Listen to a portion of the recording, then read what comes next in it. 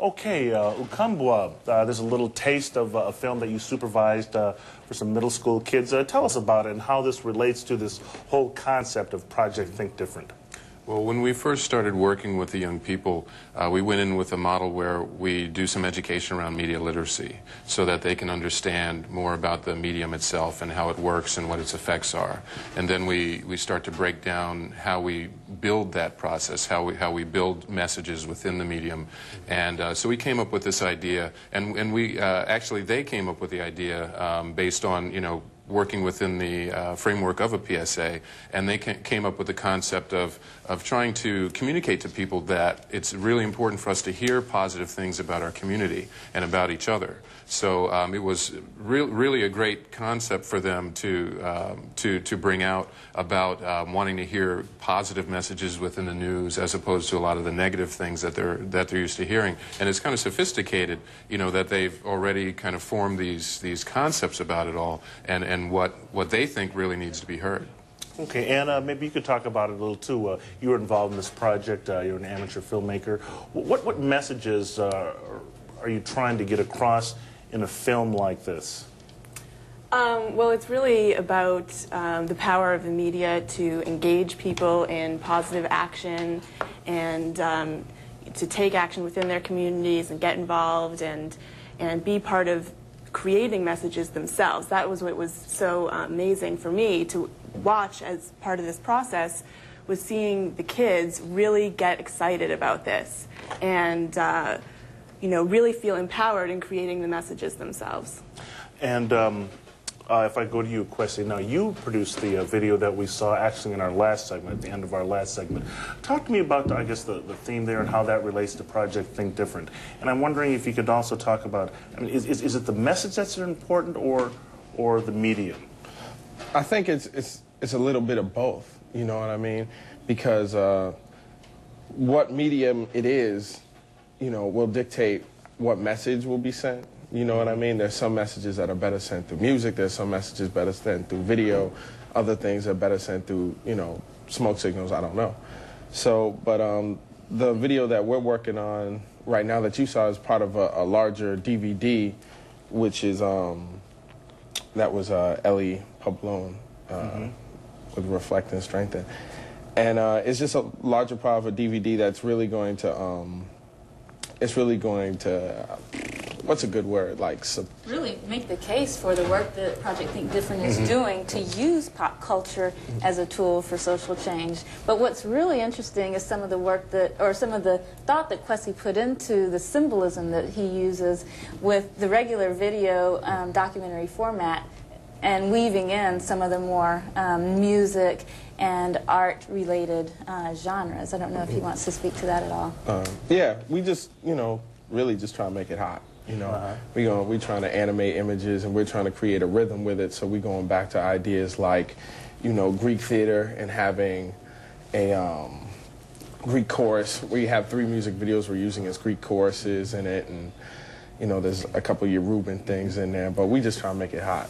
Well, now, Scheherazade, tell me, what changes have you noticed in youth who are involved in this? I mean, how does this affect them over the years from what you've seen?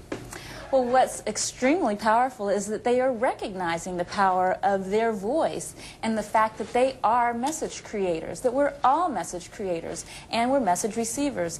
And the youth are starting to be conscious of what messages they're taking in, whether or not they're balanced messages, and whether or not they're having the impact on them and their ability to create the kind of change or, you know, results that they want to see in their lives and in their families and in their communities at large. And so I think it's the power that they are realizing that they have as message creators in music, film, and video to deliver a message that awakens people about issues, perspectives, and priorities that you don't typically hear covered in the mainstream, and as a tool to leverage influence on decision-making that affects their lives. Okay. Project Think Different believes that the arts and popular culture are powerful media forces that can be redirected in a manner that creates context for change. Stay tuned. We will be right back. We sometimes fall victim to comfort and lack change, following the norm so that we're all the same. But we're not created equal like it says in that line, because when we stand up for our rights, we end up with jail time. The time is now, so behind don't stay or get trapped in a thinking system's okay. Making budget cuts, sending the poor to war, it's a secret society. So what's next in store? We need change.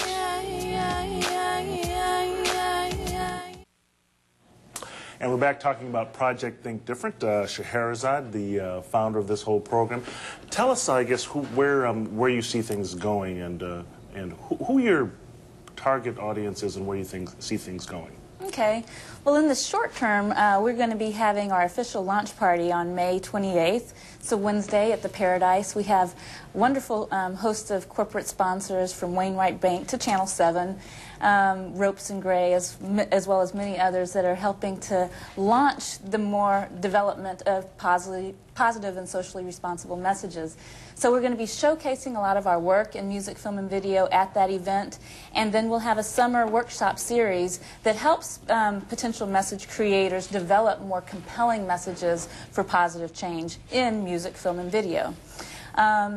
So people should be able to, plug into one of those events or keep informed based on looking at our website for activities that are coming down the pike.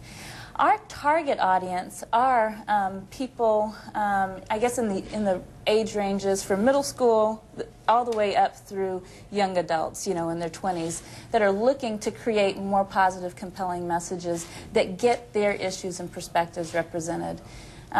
So we're creating forums for all those different populations that enable them to best, get their messages developed and out. And Anna, now, what are you working on? I know are you working on another project? Are you working on a particular message with particular groups? Or? I'm actually working with this group right here, just in terms of planning the launch party and these other programs that Scheherazade is talking about.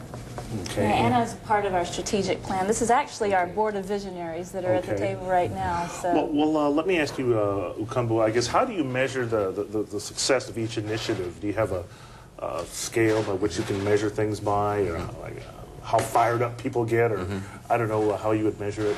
Well, that's one of them. Another way is just by really monitoring their level of connection within any said program.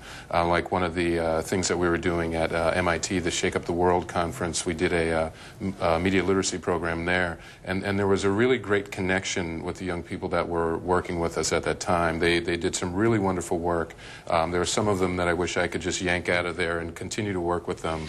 But I think that's one of the ways that we can judge that, and also hearing from them what their plans are. And a lot of them do have plans to continue as communicators. Okay, and Professor Price, I guess, what impact do you think this has had in the lives of the individuals, the youth involved, and people outside of this group? What impact do you think? I think it has a great impact, and I think one of the things that we find through the various things that we've done in terms of conferences, in terms of speaking out and lecturing, in terms of throwing seminars, and in terms of being visually active in the various communities, we found that the response has been tremendous. We found a lot of people, from the young to the older, who have come to us and thanked us for our message, but also wants to be involved in the various things we do. So one of the things that we're doing now is about to produce an empowerment CD. That we have a national search for folks who are, messengers who want to send in their, pre-produced message in, and we compile that into an empowerment CD. So this is one of the ways that we're going a little bit beyond just the local and the regional area to the national scope. Now, I know you have some events coming up. I don't know who's got the best handle on that, you or... Sure. I think we can all chime in on that one. Yeah, we're in the process of planning, further media literacy work, and we're looking forward to doing work within the school system, but also within the community at large, and that's not only just with young people, but with adults also. We're also looking to create a video and film festival that would include, obviously, as we're saying with the Empowerment CD, positive messages that help get people engaged civically and politically. So that's another thing that we want to open up regionally, nationally, and internationally at some point. Anna, well, go ahead. Well, I was just going to say that our work is really divided into three primary components. Message development, in which case we host trainings and workshops and apprenticeships to develop more compelling messages for change, as well as providing incentive programs like the message competition that Kiki, who was here with us previously, won. In addition, we amplify and popularize these messages through various forums, like our Empowerment CD project. And then we create forums for transformational experiences where people have an actual opportunity to engage in issue-based change initiatives. So that's, you know, if you look at a lot of our offerings, they're really divided into those three primary program offerings. And very quickly, Anna, I guess when you put this together, I mean, do you think about the message first or the art first, art part of it? Oh, well, I think the message is really important, and using a medium like pop culture, you get the message out there to a greater number of people. Okay, great. Thank you all for coming in, and congratulations on keeping a really great thing going, and good luck in the future. Thank you very much. Okay, well, Robert F. Kennedy once likened each act of civil disobedience in the name of justice to a ripple of hope. A single wave of activism which, when gathered with others, causes a grand wave of change. Coming up, great words by great people, the first ever collection of American civil rights speeches. Stay tuned.